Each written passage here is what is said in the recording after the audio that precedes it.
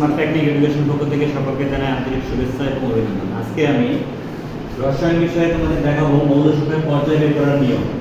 পর্যায় বের করতে গেলে আমাদের তিনটা ধাপ অনুসরণ করতে হবে। যে কোনো মৌলের পর্যায় নির্ণয় করতে আমরা তিনটা ধাপ অনুসরণ করব। প্রথম ধাপ, মৌলের পারমাণবিক সংখ্যা জানতে হবে। যে কোনো মৌলেই আমরা বের করি না কেন পর্যায়, তার পারমাণবিক সংখ্যা আমাদেরকে অবশ্যই জানতে হবে। দ্বিতীয়ত, ইলেকট্রন বিন্যাস করতে হবে।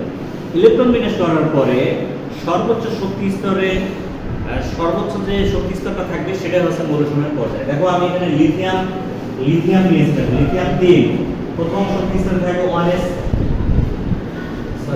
Square 2s1 1s square 2s1। দেখো এখানে সর্বশেষ যে সর্বোচ্চ পর্যায় সর্বশেষ শক্তি স্তর হচ্ছে 2, তার মানে পর্যায় হচ্ছে 2, দ্বিতীয় পর্যায়। সোডিয়াম 11, দেখো 1s square 2s square 2p6 10 3s1। পরে সর্বশেষ ইলেকট্রনটা 3 নম্বর পর্যায়ে গিয়ে 3 নম্বর শক্তি স্তরে গেছে, 3 নম্বর শক্তি স্তর, তার মানে এর পর্যায় হচ্ছে 3।